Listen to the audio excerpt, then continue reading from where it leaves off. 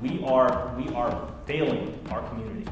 So I say we focus with intensity, especially in this crisis. I've been working in my community for the last 16 years and have yet to see these politicians come until they want to look good when it comes to voting.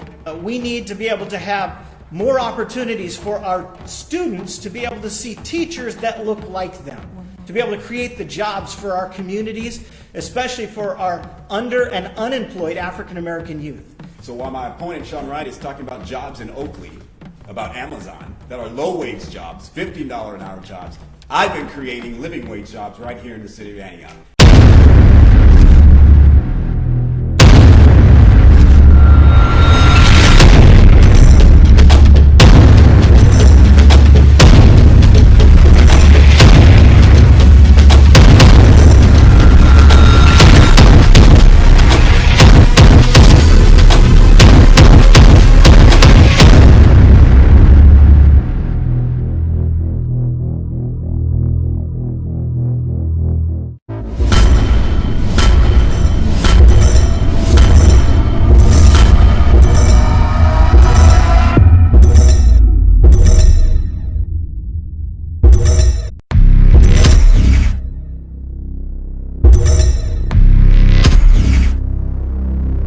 Julio, Jesse, Mendez,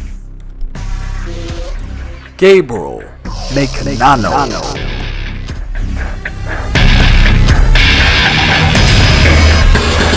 Councilman, Lamar, Thorpe,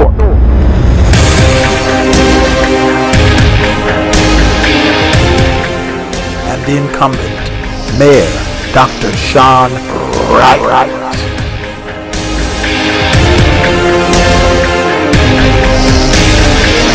Streaming live October 12th at 7 p.m. on EastCountyNorthstar.com.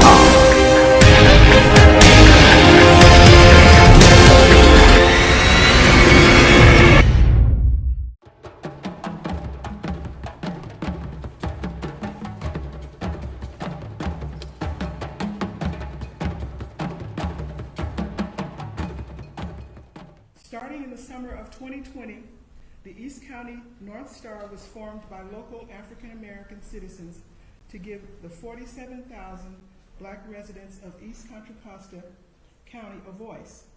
Often, local and national news is diluted and dispersed from a non-Black perspective. Many Black East County residents feel frustrated when our stories are ignored and misrepresented. This online paper is meant to empower, enlighten, and inspire the Black community. We offer factual and opinion-based articles from the perspectives of Black residents, and we are a nonpartisan paper, and we receive no financial support from political parties. We are 100% Black owned and operated. We seek to provide accurate, honest, and up-to-date news for Black residents of Bay Point, Pittsburgh, Antioch, Oakley, Brentwood, Byron, and Discovery Bay. At this time, I'd like to introduce the candidates. At this time, give it up for Julio, Jesse, Mendez.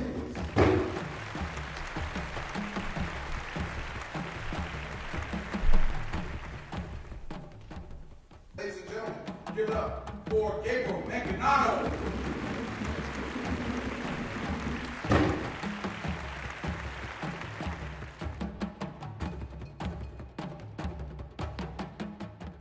At this time, ladies and gentlemen, give it up for Councilman Lamar, Thorpe.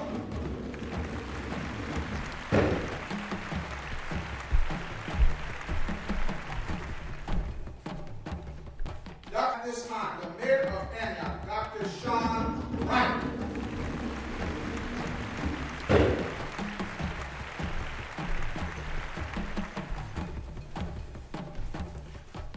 African Americans comprise 20.34% of Antioch residents. That's 22,520 out of 100,025. Yet African Americans in Antioch are the race of people most likely to be living in poverty, at 17.95% before COVID. And before COVID, unemployment among African Americans in Antioch was at 15.8%. This was the highest percentage among any other racial group. What is your specific plan to decrease poverty and the unemployment rate among African Americans in Antioch? Yes, thank you. Thank you for the question. When I see those numbers, I'm blown away. What I see is tremendous power, tremendous potential. I also see some very sad statistics. I see inequality. And I think we're in a unique moment in a crisis that is affecting everyone to actually come together and have people lead who have been disenfranchised previously.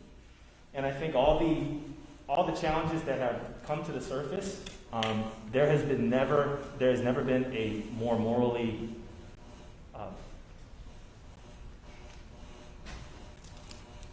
obvious moment that our black community needs to be given the respect, the voice, the energy, the passion that it deserves. And one of the ways that we can do that is at the city council level. In order to get there, we have to get past the politics, and we have to focus on how do we get the actual results that we're looking for, so that whole swaths of our community are not underrepresented, disrespected, and silenced. I think, as your mayor, I'm exactly the person to elevate those voices. And we need to take a crisis footing. The COVID crisis is hitting everyone. I think we are in a position to, for those who have been disenfranchised and left aside, to actually be the leaders in our community. And so that is the path that I'm looking to create through programs and direct engagement with the community, so that this house is your house. The city hall is our hall again, and not for politicians. Thank you. Next, we will go to Mr. Makinano. Thank you for the question, ma'am. In my experience, I have seen firsthand the burden poverty has put on our students. These kids are struggling because of the support system that they did not have. I personally volunteered my time and efforts to mentor these young men for years.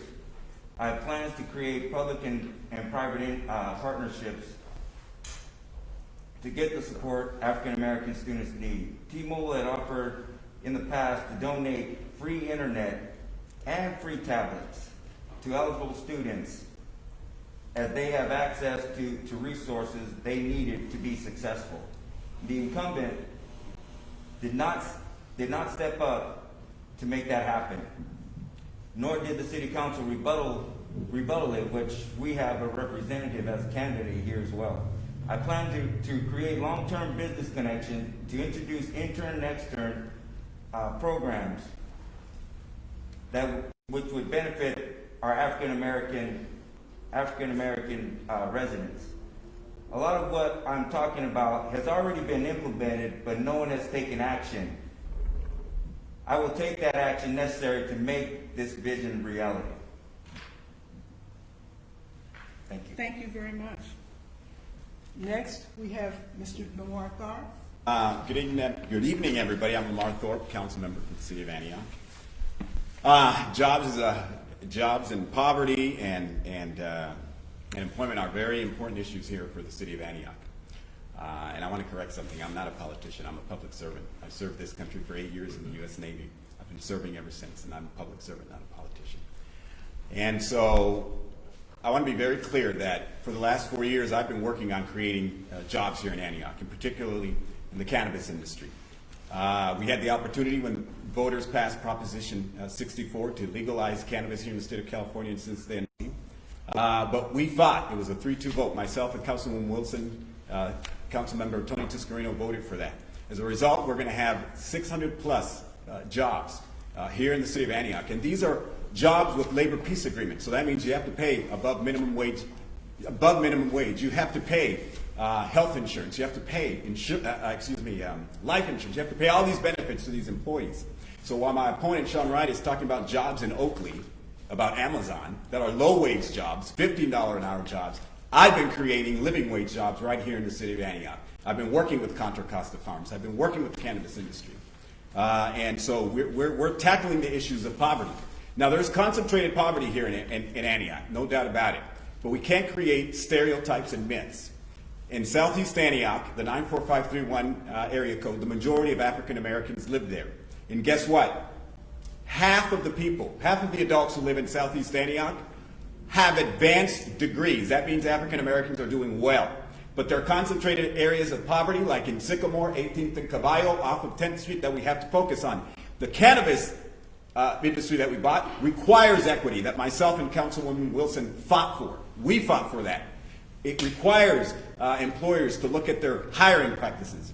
It requires that they invest in our community, in poor communities. We're giving back to organizations like Beat the Streets that are working on workforce development issues, keeping children off of our streets and engaged in many of the opportunities that will keep them on the right track and hopefully get them on the right track so that they are employed in the future. So my plan is very specific. We're going to continue to ensure that the cannabis industry continues to grow. We're going to make sure that there is a multiplier effect so that it invests in small businesses. We can look at the policy again to ensure that we require a certain percentage of their spending go right here to local businesses in the city of Antioch. Thank you. And so as we come to this conversation, I'm here to share some of the things I've done, some of the things that I've failed to do, and some of the things that I push forward and would like to do. When it comes to jobs, East Contra Costa has failed in jobs for a long time. East Contra Costa, for every 4 jobs that we need, we only have 1. That means that 3 of the people that live in East Contra Costa have to get on the road and drive somewhere to go to work, because those jobs do not exist right here in East Contra Costa. And so we've been pushing. I have been pushing to create those jobs. I've been working with developers like North Point. North Point came. I was a member of the Oakley Advisory Panel, the Community Advisory Panel in Oakley. And yes, people say it's Oakley. It's on the border of Antioch and Oakley. And so what that means is jobs for everybody. We're talking regional jobs, jobs that everybody can go to and not get on Highway 4 and get stuck in traffic. And so we worked on taking land that needed to be cleaned up, cleaning up that land, and then turning it into, and yes, the first user is Amazon, but they're building 4 buildings, and they've already found tenants for the other 3 buildings. They have not announced the names of who they are, but they're beyond Amazon. They've already announced that. And North Point, who developed that land, called me just this past week and said, Mayor Wright, we're looking to expand. What land opportunities are there in Antioch to be able to expand? So we're talking about creating jobs. The benefit of having Amazon is that other companies are now starting to look at this community and go, what is it that they did and what don't we understand to be able to create those jobs? And we're looking to expand, to grow, to be able to create the jobs that are needed right here in East Contra Costa and Antioch for our community. The second thing that I've worked on is with business entrepreneurs. I was the CEO of the Antioch Chamber of Commerce, and one of the proudest things that I have is, as my endorsers, I have local Antioch business owners, especially African American business owners who are succeeding and excelling right here in Antioch. Tunde of Afrique Restaurant, Travell of Tea's Southern Kitchen downtown, Marcy of Fit Boot Camp, are some of mine. Raymond of UPS Store are African American business owners that are excelling right here in our community, and I've been able to work with them and help them. And if we want to expand, we've got to have small business owners be able to excel right here, especially helping each other to be able to grow, to be able to create the jobs for our communities, especially for our under and unemployed African American youth. They're needed. These jobs are needed to be able to give them to them. And the last thing that we need to do as a city, and one of the things that I have, I'll get to it in my next question if I need to. Thank you, Mayor. I want to go to the second question, and to give a little background before asking the question.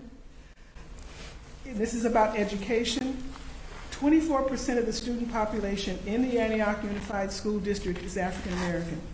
And these are 2019 and 20 statistics. Yet, African Americans only comprise 7% of the teaching staff. In 2018 and 19 school year, the African American suspension rate was the highest among all racial groups at 16.8% compared to 5.6% for white students. At Deer Valley High School, African American suspension rates were 23% compared to 4% for white students. Students in the Antioch School District have the lowest graduation rate among all racial groups and continue to post the lowest test scores.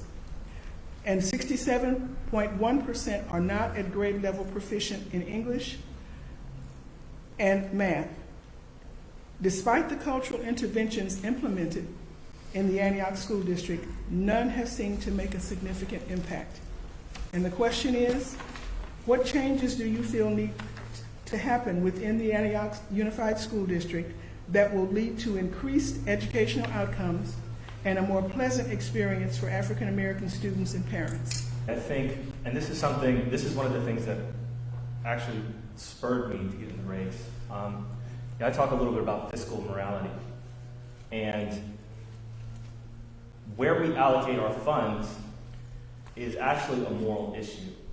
When we have students or schools that are consistently rated in the bottom of their as 2s and 3s, when you actually go to look for a home and look for a place to live, and on Zillow you go to Antioch and you've got 1s and 2s here.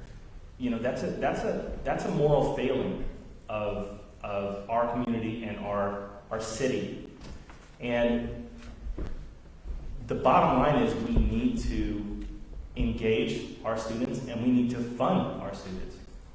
To cut 28 students at the beginning of the year and hire police officers for the schools is not a morally fiscal thing to do. When someone is transitioning, when someone is in this formative point of their life, they do not need an officer for support, for moral support. They need counselors. They need people to help them. The other thing is we are under-engaging and under-stimulating these students. These students are brilliant, absolutely brilliant. Their minds are sharp. They're incredibly powerful. And we need to develop them. We need to develop them civically. We need to develop them entrepreneurially. We need to develop their talents and their skills and their passion. And we need to acknowledge and listen to their voices and their pain and understand that their love counts, their love matters, their lives matter. And until we actually acknowledge that as a community by funding these students and by giving them resources to get out into the world, instead of giving them resources that send them on a pathway to collecting negative experiences and traumas through going to jail and things like that, we are failing our community.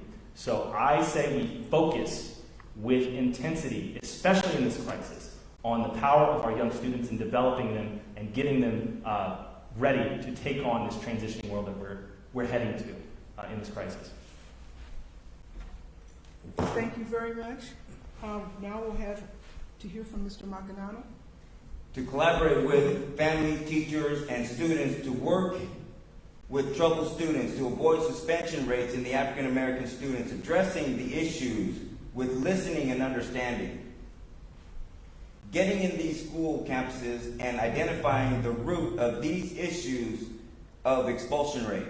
Programs have been removed that were highly successful, which the incumbent nor the city council, which we have a representative from our city council as a candidate, which did nothing for them to leave these programs in effect.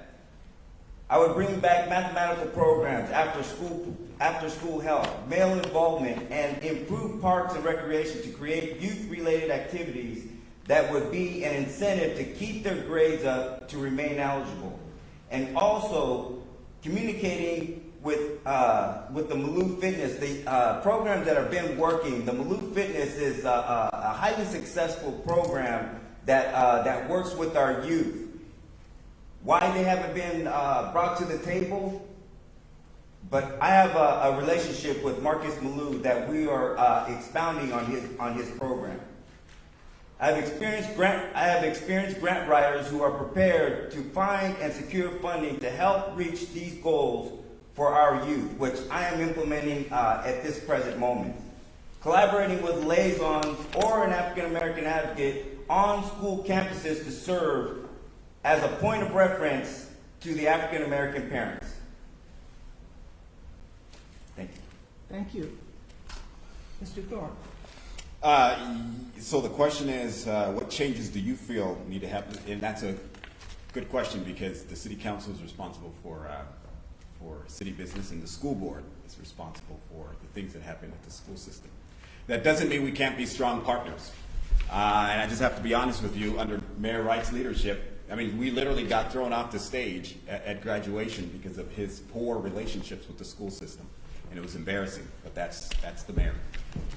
The reality is that I championed after school and before school programs. I championed Measure W. I co-authored, along with Councilwoman Monica Wilson, the measure that brought us an additional millions of dollars to our city to ensure that we invested, of course, in our police department, but that we allocated money for youth programs and after-school activities. And we're continuing to do that. I came up with the proposal. My opponent will try to take credit for it. I came up with the proposal to develop the youth services coordinator that is going to develop the programs in partnership with our schools. And I led the effort for the youth services task force so that we can examine all of these issues so that we can invest in our young people. The reality is that while you cite these statistics from the school system, there's preliminary data that's showing that if children are engaged, like in the BSU or on their high school campuses, their outcomes and all of the figures that you just described increase. And so those are the things we need to be investing in as a city, and we can't be shy about that. We have to invest in these programs. But let me tell you, it takes a lot of hard work, and it takes votes. And not everyone agrees with these ideas. And so we've invested some money, and we're working hard day and night to push more money to ensure that our young people have the services that they need. The school district, Mr. Mendez is correct, cut $1.8 million out of their school budget. They specifically cut counselors. They specifically cut librarians. They specifically cut career technical educators. And these are the things that our young people need. But guess what? Mysteriously, the city and the school district, hired 6 police officers to put on our campuses in a school system that is less than 22% white students. Mr. Thorpe, thank you very much. I just want to make my point clear. Mayor Wright. Yes, thank you.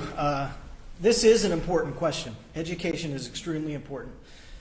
This is a school board question, and the question from the city council is, how do we support them? And so, as we go through and support, I have been working with the school district to be able to create work-based learning opportunities through the Chamber of Commerce and also my direct relationships with the school district, to be able to give our youth opportunities to be able to find that relevant information as to why the things they're learning actually mean something to them, to be able to give them the opportunities to be able to go out to our businesses, to be able to put into place the things that they're learning. And so I'm working with that. Last year we created over 2,000 opportunities for our high school students to interact with businesses in our community. And we continue to do that. And that's part of the relationships that I do have with our school district. When it comes to the rocky relationship that we have, I will say that one of the problems that I have is I believe in school choice. And so in school choice, we have school choice. Whether you want to believe it or not, we have school choice right now. We have school choice for those people that have money. They get to choose to send their school kids to private school. They get to choose to take their kids with them to work and have them educated in another community. But those low-income students in our community don't have that same school choice.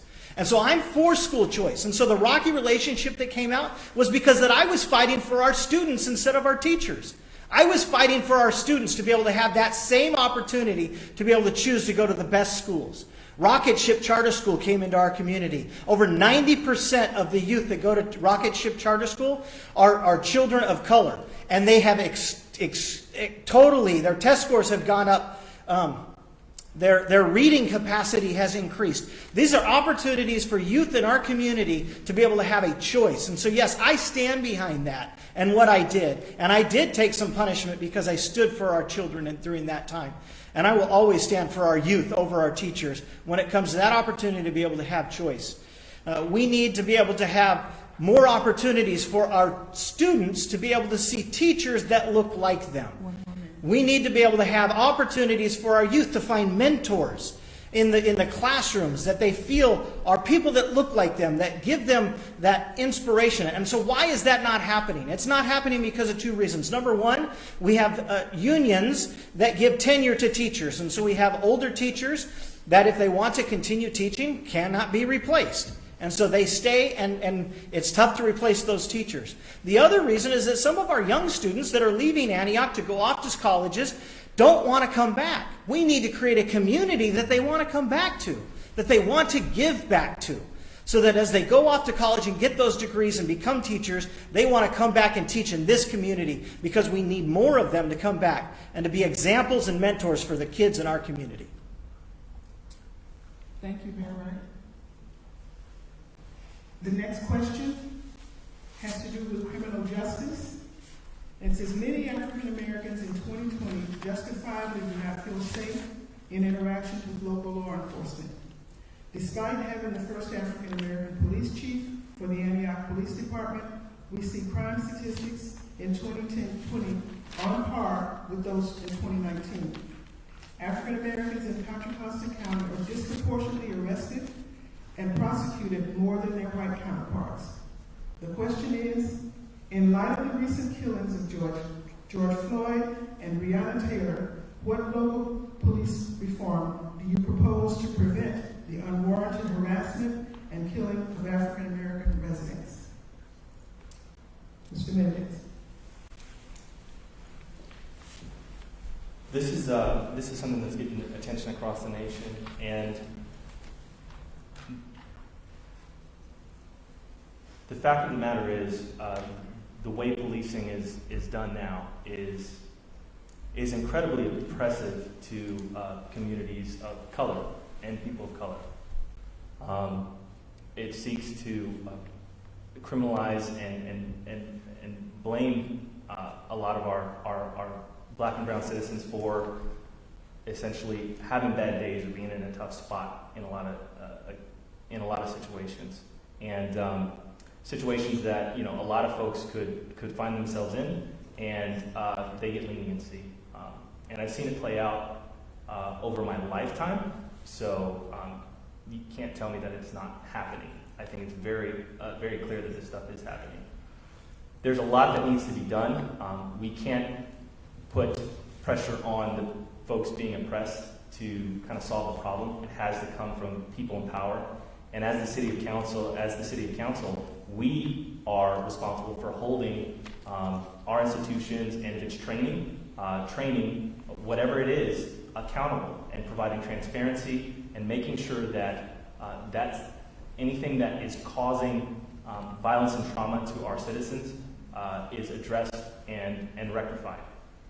There are things that we could do in terms of getting shining a light. But one of the things I'm saying is lay the groundwork for definitely auditing, body cameras. There are a lot of different things that need to be done here. And also, and making sure that the voices of those who are traumatized or hit with violence are listened to and elevated. This is something that we have to tackle head on, and tough decisions are going to have to be made. And based on previous relationships and history in the past, where everyone says, You have 1 more minute. Everyone says, I want to add, we need to increase funding for this, when at the same time we're cutting education and we're cutting other elements that actually provide a better groundwork for our community to thrive. It's backwards and it's on its head. And so it's on us as city leaders to communicate that. and say, no, we have a safer community when we invest in our students, when we invest in our children, when we invest in folks who are in a tough space. And those are the things that I'm looking to elevate and apply as a leader here in this community. And I say, politicians, because we need to acknowledge, we need to hold folks accountable. Everything that's happened over the past 4 years has happened under our existing city council. So it's time for change. Mr. Mendez. Yep. Mr. Makinano. Thank you, ma'am. First and foremost, my deepest condolences for and prayers for both the families that are grieving for these lives that were lost. Both of these deaths were extremely tragic. I myself, as a minority, have been the victim of police brutality. I personally had an opportunity in meeting with Chief Brooks. We're in agreement, and he has already implemented training officers for crisis and diversity training intervention, with ongoing de-escalation tactics, as well as wellness programs which emphasize physical and emotional, mental and financial stability for the officers. Push for transparency in our police department.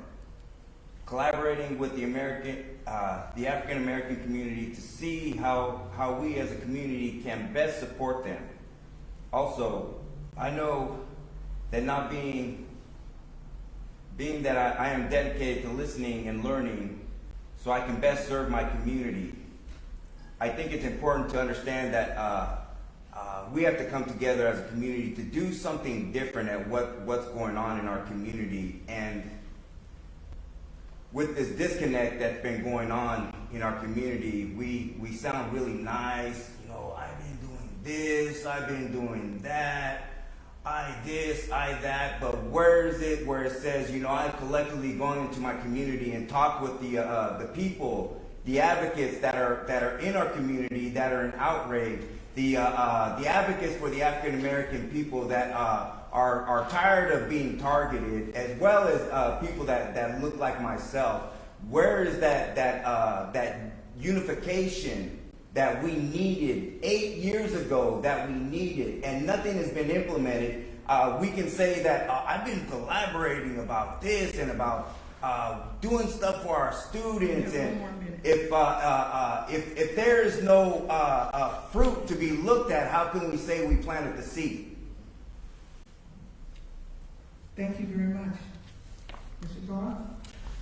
Yeah, I just, before I get to that question, I just want to, our school system is under-resourced. Our teachers need help. And, it's incredibly offensive when the mayor sits there and, points the fingers as the teachers of the I've been a classroom teacher. I was a teacher in Washington, D.C., in some of the most troubling schools in America. And so to just blame teachers and say they're the problem, here's how we fix it by sending everybody else to their schools, is not the solution. In terms of criminal justice reform, I've been advancing ideas like hiring practices, demilitarizing our police force. We have a tank in our yard over in downtown. Those tanks were specifically designed for to fight against improvised explosive devices in Iraq. I don't know when the last time we had an improvised explosive device go off in America, let alone in Antioch. I've talked about excessive force and, of course, increasing police accountability, ability, like body cameras, the independent investigation of certain police officer complaints, but more importantly, the hiring practices are critically important. Let's not be fooled. This all starts from stereotypes. For black people, this has been 400 years of stereotypes that leads to the killing of people unnecessarily.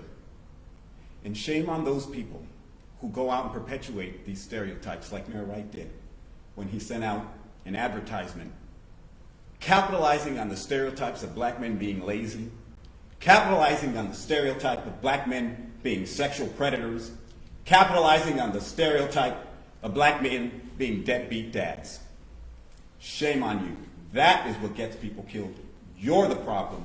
That's why people shouldn't vote for you.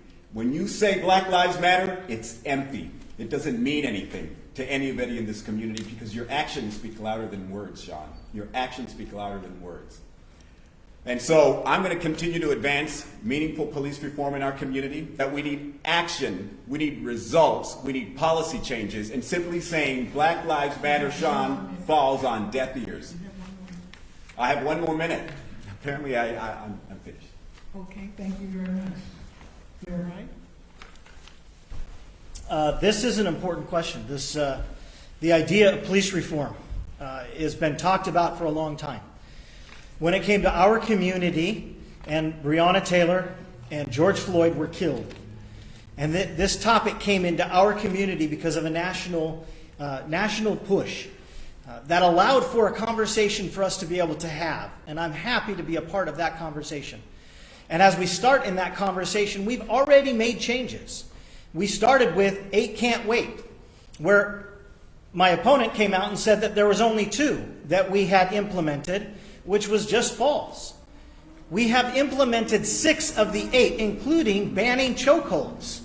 And so we're already moving in the direction of 8 can't wait and doing those things. When it comes to racial bias training, we are looking at and working with members of our community to increase the training that's going on for social justice and cultural sensitivity to our police officers. That we're in that. And when it comes to our chief Tammany Brooks, we have hired the first African American chief in our community ever. And he has come in with a goal of introducing community policing. He grew up in the Sycamore area on Lemon Tree. When he was an officer, a patrol officer in our community, he was a community police officer in the Sycamore area. And when he became our chief, he wanted to add and increase the community policing that was taking place in our community. But he said in order to have that happen, he needed to increase the size of the police force.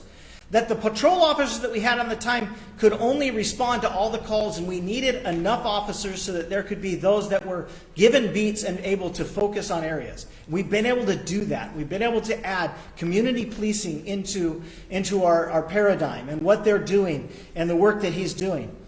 When it comes to this conversation, when it came to this conversation, the conversation was, should we have a quick little ad hoc committee that has a quick little discussion? And the conversation was so large. We had 800 participants in our city. About 50-50 saying we want this, we want that. And it came to an opportunity for us to be able to have a larger conversation. We're putting our money where our mouth is, meaning we didn't just, all our other cities had one meeting. They had a meeting, they talked, and it was over. We're putting over $100,000 into hiring a nationwide mediator that can come in, has worked in Charlottesville, Spokane, Washington, Las Vegas. They've worked in communities of racial divide to be able to bring people together. And so we're bringing that kind of a firm in here to be able to have those conversations, to be able to talk to our nonprofits, to be able to talk to our churches, to be able to talk to those people in our community who have not felt heard. Thank you, Mayor Wright.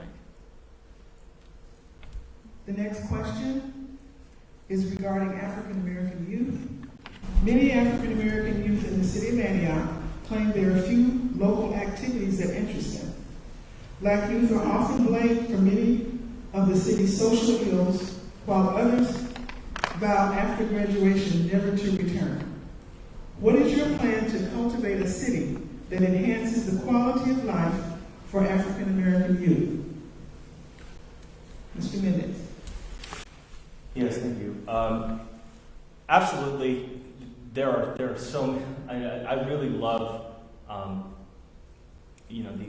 the concept and the focus of engaging and developing our youth, and because there is so much potential there, and it's so forgotten. And part of the problem is we have these kind of oppressive political structures sitting on top of these students that's making decisions for them without really understanding what they need. And my goal is to engage these students, help them understand that, yes, you can govern yourself. You can look out for each other. You can actually develop skills and work together to solve personal problems at home or in school and things like that. you can come together as a community and unite to solve those challenges. And I want to plant that seed within our youth that if the group above you who are making all these political decisions, cutting your funding, doing all these things, are not there to help you, it's time for you to organize and get in groups and understand that this system is not designed for you to succeed, but you have what it takes to succeed within you. And if what's going on in the world is not clear, I'm hoping it is. Now, what's great is when you have someone like me in the mayorship, I'm going to reach out and connect with those students because I understand their potential and their talent. And when I talk about political answers, you heard it a couple of times. Well, that's the school side. That's the school board's job. We can have good conversations, but that's really not. We don't play there. The fact of the matter is that is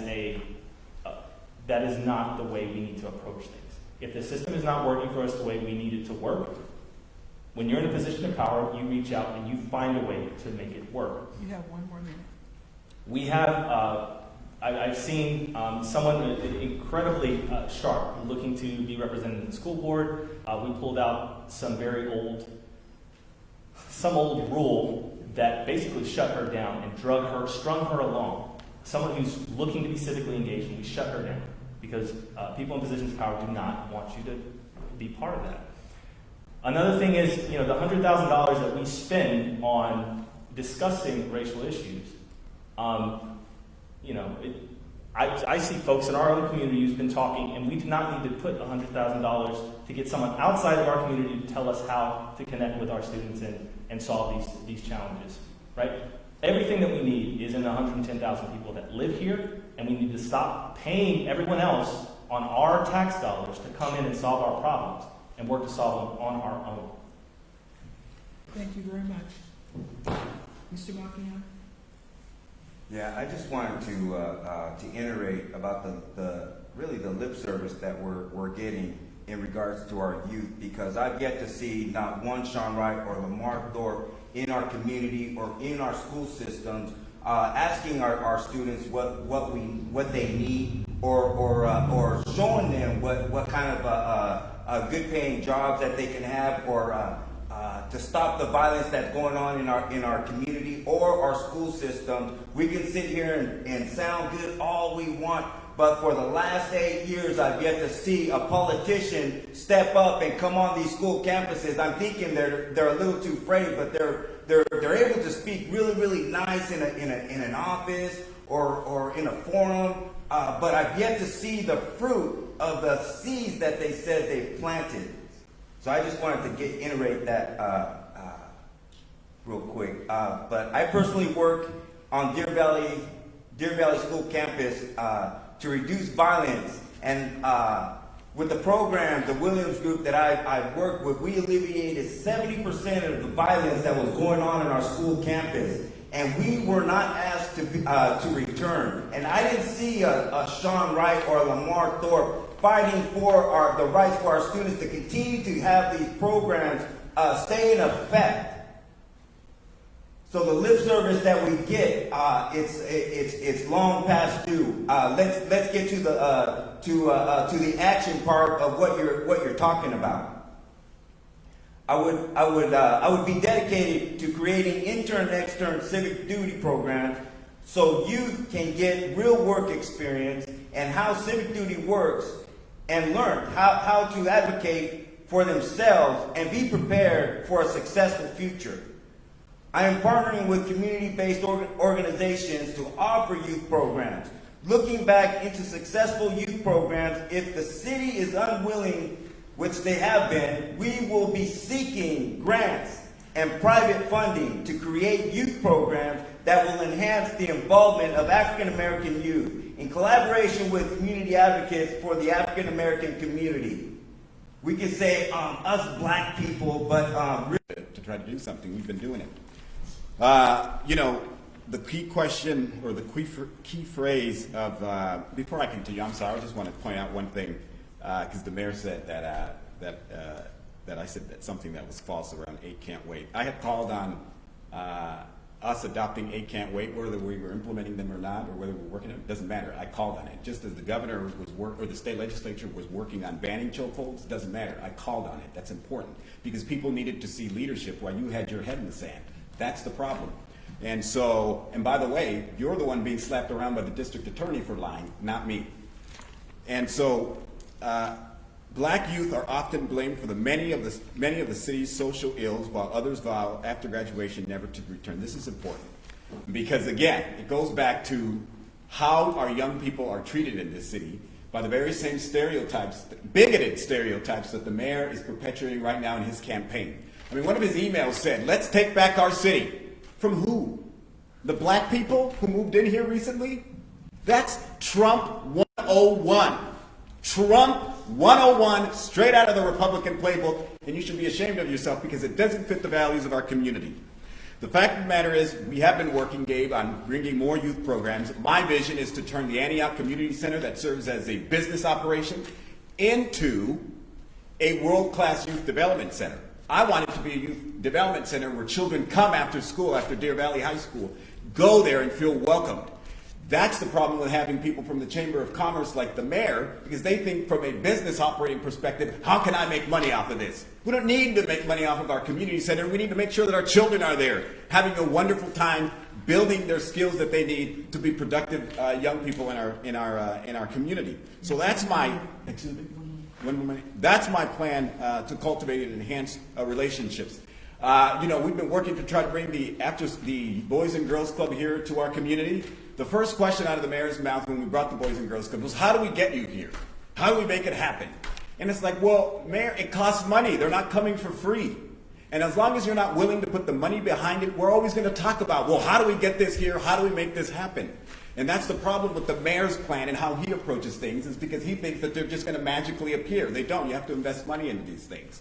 And so the reality is, if we're going to really zero in on our young people, we need to do those things. But we also need to do some of the things that the district attorney is talking about, specifically looking at the truancy rates. And we have the highest truancy rate in our county, Antioch. The district attorney is working on that. She's working also to redirect some of our youth not into the criminal justice system, which has been the problem, the school-to-prison pipeline, Sean, which is what you voted for when you voted for those SROs.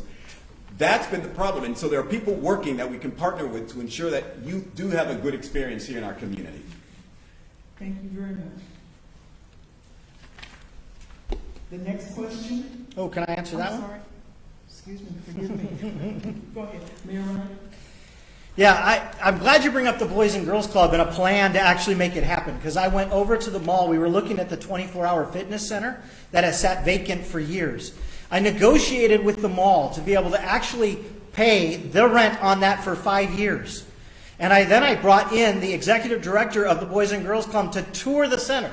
And I told him, I said, listen, if you're willing to come here, I will take to council the cost to pay your rent for 5 years. I negotiated that rent down from $30,000 down to $10,000, and I was willing to take that to council to have council approve the paying for it, and I could not get Boys and Girls Club to then say yes, they would come take a free building that we paid rent for, with a basketball court, a swimming pool, all of that ready-made in there. And so it's not just a hope and a dream, it's a negotiation and really working towards driving for things. I think it'd be phenomenal for us to be able to have the Boys and Girls Club. But even without them, I went to our churches and I said, hey, you know what? We need after-school programs. Can you work with us? And so Fellowship Church went over and started renting the community center to be able to open it up after school for youth to be able to come in. I was at the Templo Santo last week for their ribbon cutting as they opened up a youth center after school on 18th Street in the old Extreme Fitness. Something that I've been working with Pastor Jorge Navarrete for the last 3 years to be able to get to the point where we have after-school programs for those people in 18th.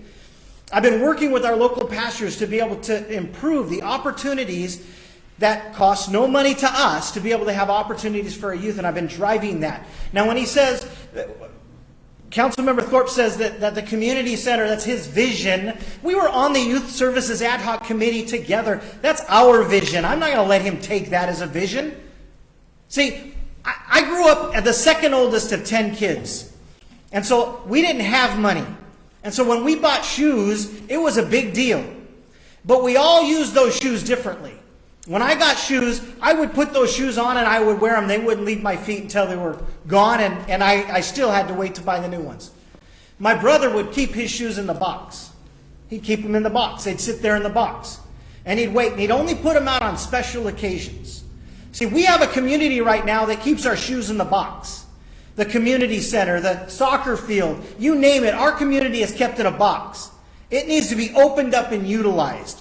And I will fight for, and I've been fighting for, opening these things up, whether it's our school opportunities at the schools, or the soccer fields, or the community center. These places need to be places that our youth feel accepted at. They feel welcomed at. And so we've hired a youth services director to be able to, who understands youth, to be able to work with pushing that facility. We're looking, right now we're going through the hiring process of a new Parks and Rec coordinator, which is needed to be able to change the whole philosophy and everything that we're doing for our youth. Thank you, Mayor Wright. 8 years, no fruit. The next question? Can I respond to that? I mean, we're going to let him just make comments? No, And right, we haven't been in for 8 years. We've been here for 4 years. what we're going to be doing at this point is going to the next question, and then at the end, everybody will have at least 1 minute to do their summary, and if you want to rebut at that time, you can. The next question is regarding black business. It says, in the city of Antioch, there are over 25 exclusively black-owned brick-and-mortar businesses. When African American business thrives, local black unemployment decreases. What is your plan to support local black businesses and their owners or black-owned businesses seeking to start or relocate to Antioch? Mr. Mendez. Yeah, thank you. I'm bearing the brunt of, the bottoming out of the economy and things of that nature are going to be minority communities and people of color, right? So I'm looking ahead, and I'm saying structurally, we can talk about, building a big youth center and all these other things, but I think we need to get scrappy. We need to come together as a community.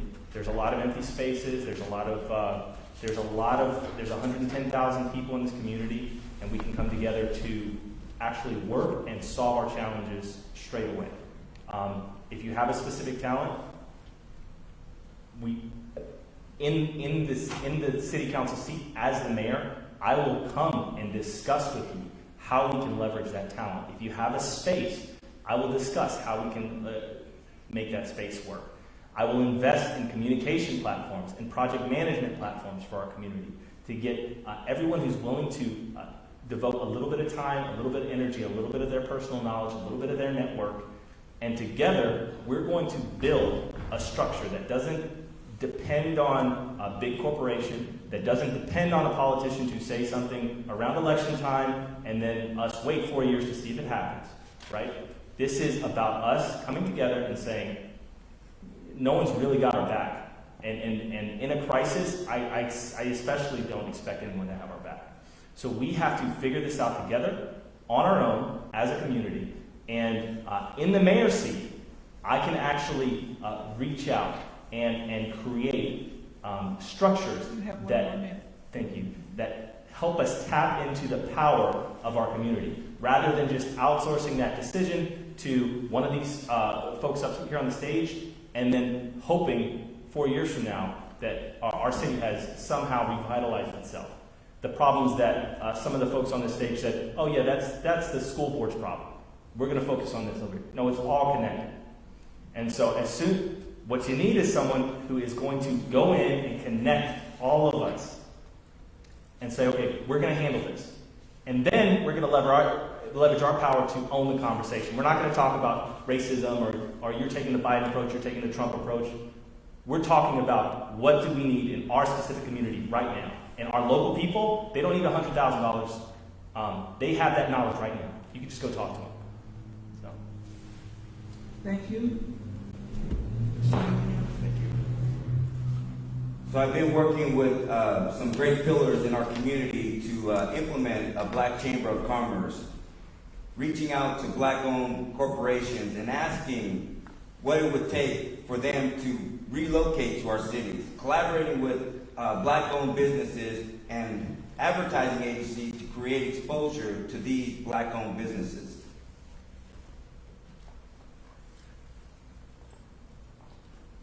Are you, That's it. I'm sorry. okay, that's fine. Thank you very much. Mr. Thorpe? Yeah, so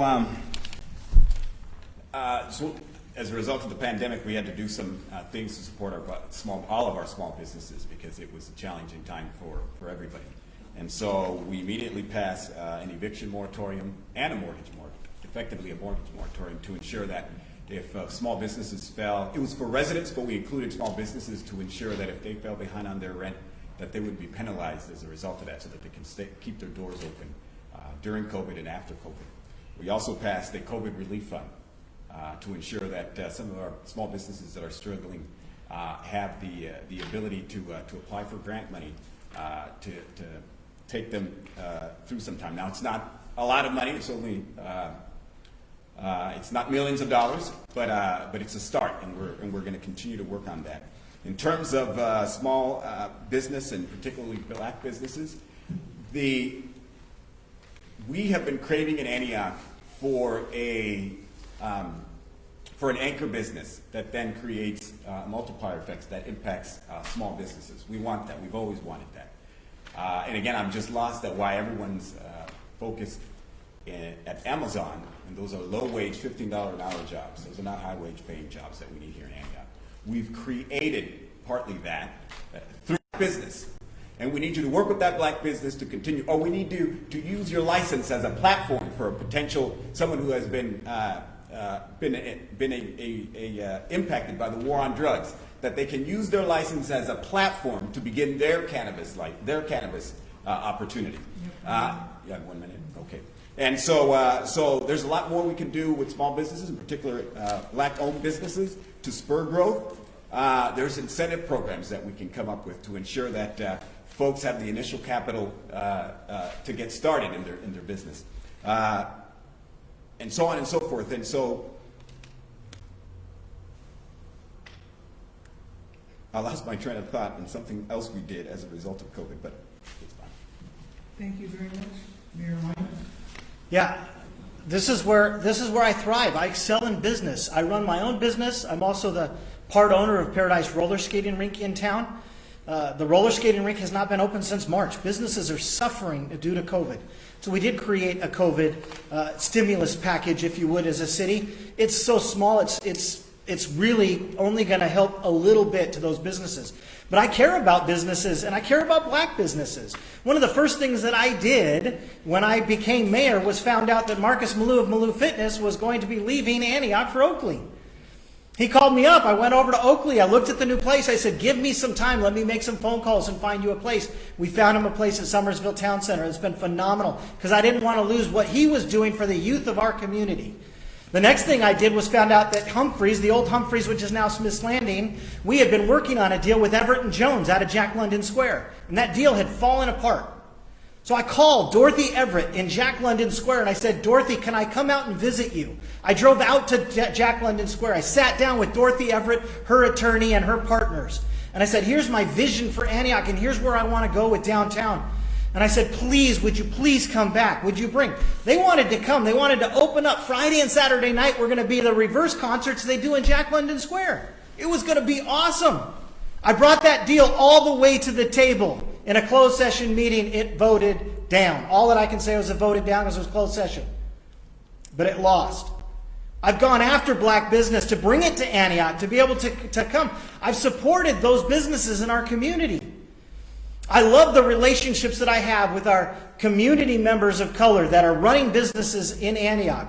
My support for them, my help of them, and my struggle for them right now as they struggle to be able to stay in business because of COVID. It is important that we support all businesses, but especially those black businesses, because it's the opportunity they have to be able to hire our youth, to be able to drive for jobs for all of our youth, to be able to see those mentorships, to be able to see the opportunities, to be able to have our youth be able to see what they can become and what they can do. And we've got to grow that. We've got to support that business in town. We've got to see it beyond restaurants. We've got to see it expanding into, there's so many geniuses in our community coming out of our schools. We've got to help them see that they can truly be the next entrepreneurs in our community. And that's what I've done as the Chamber of Commerce. That's what I've done as the mayor. And I will continue to do as your mayor. Thank you very much. Are we at a point to take questions from the audience now?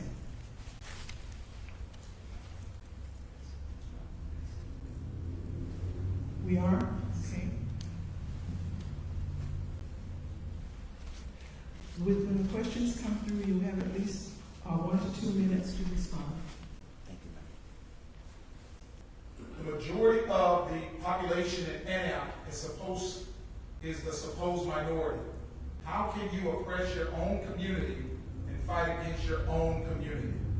Again, the majority of the population in Antioch is the supposed minority community. How can you oppress your own community and fight against your own community? Mr. Mendez. Yeah, I think I kind of get the gist of the question. People of color are the majority of the Antioch community, but for some reason,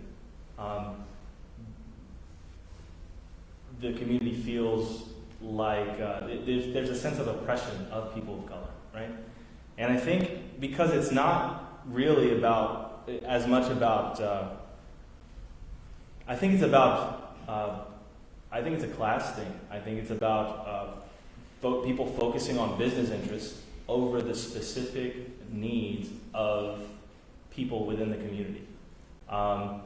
And, you know, it's a small example, but even when you're campaigning, you're not allowed to put your sign on public property, right, to get out your voice, right? You're only allowed to put it on private property. I read, I think our city manager said something like that. So, which means that in order to get your voice out, you have to talk to someone who owns something. There are a lot of folks who do not own large swaths of land.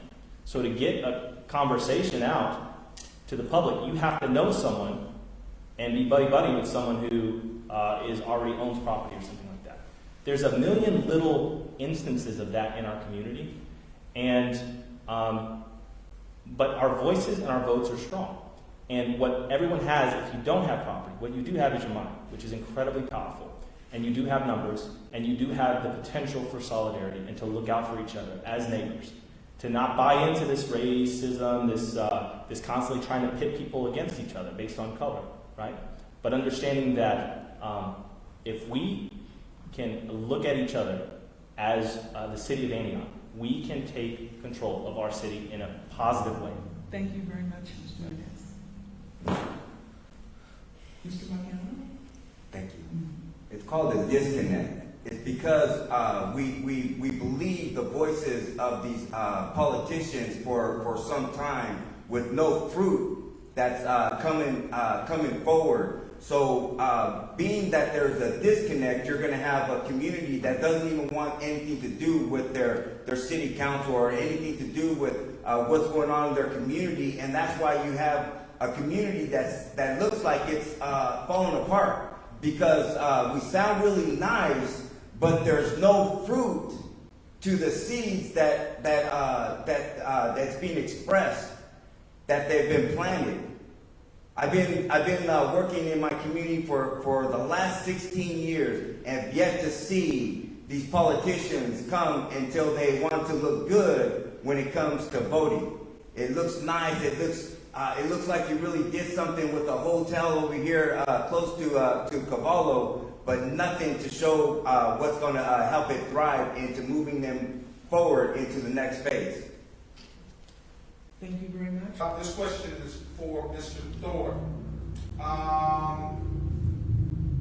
Why is Mr. Thorpe supporting a city candidate for city council that voted to put police in schools and voted down the ad hoc committee and police accountability?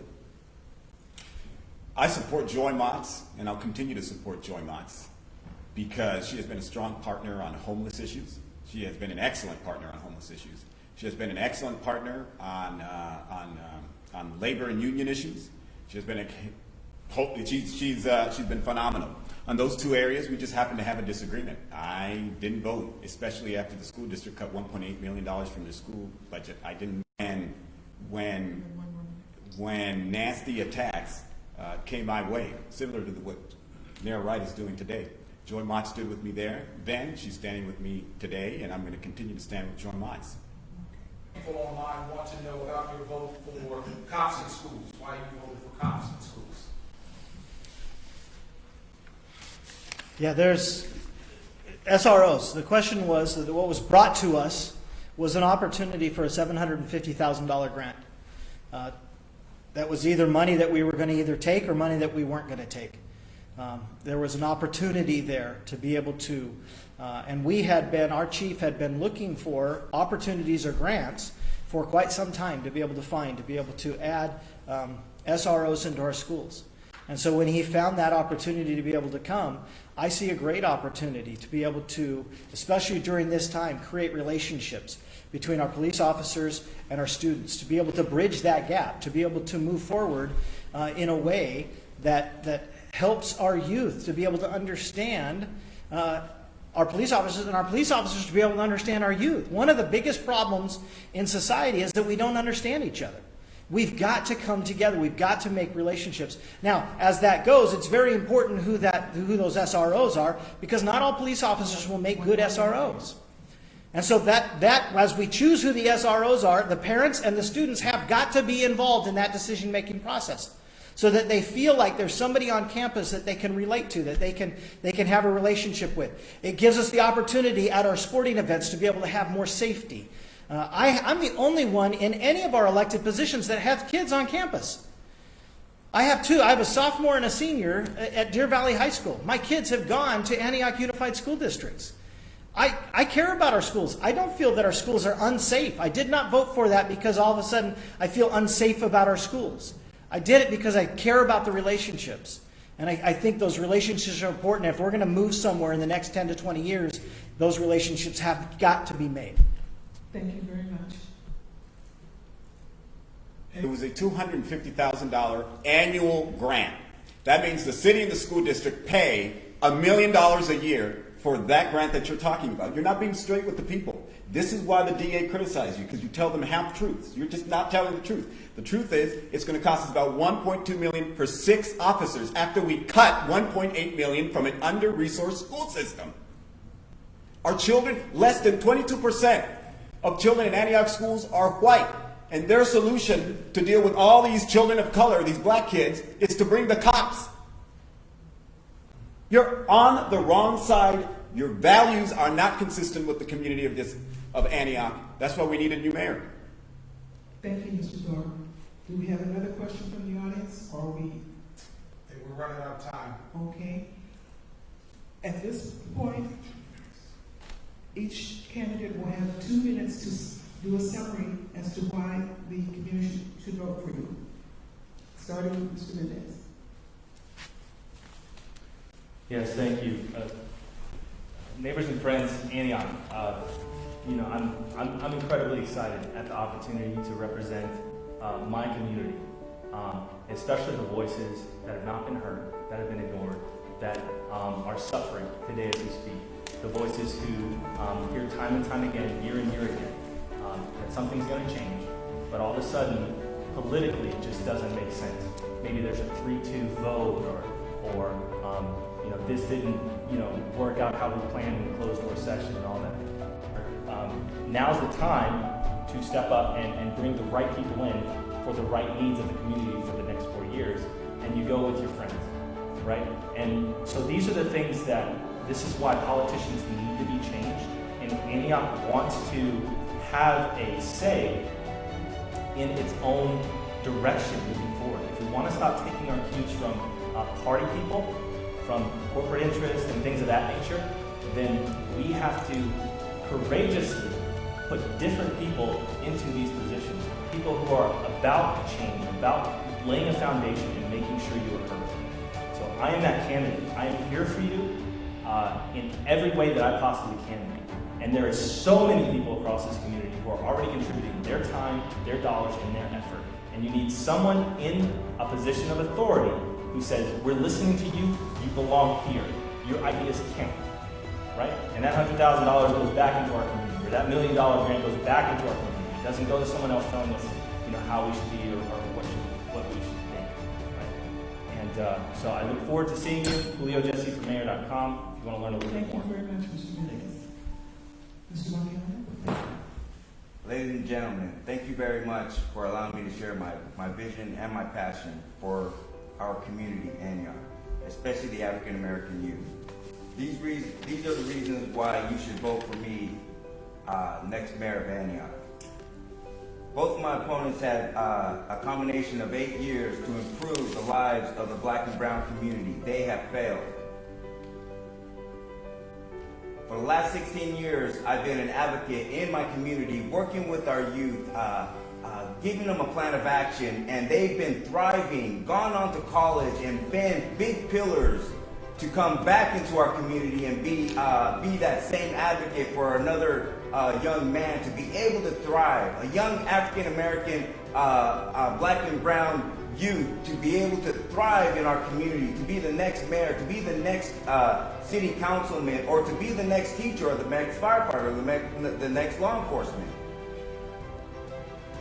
Finally, I have a clear vision of Antioch, which I am already taking action necessary to make reality in this city.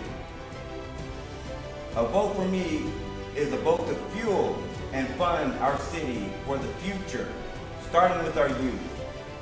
And may God bless Antioch, and may God bless our children, and may God bless the United States of America. Thank you very much.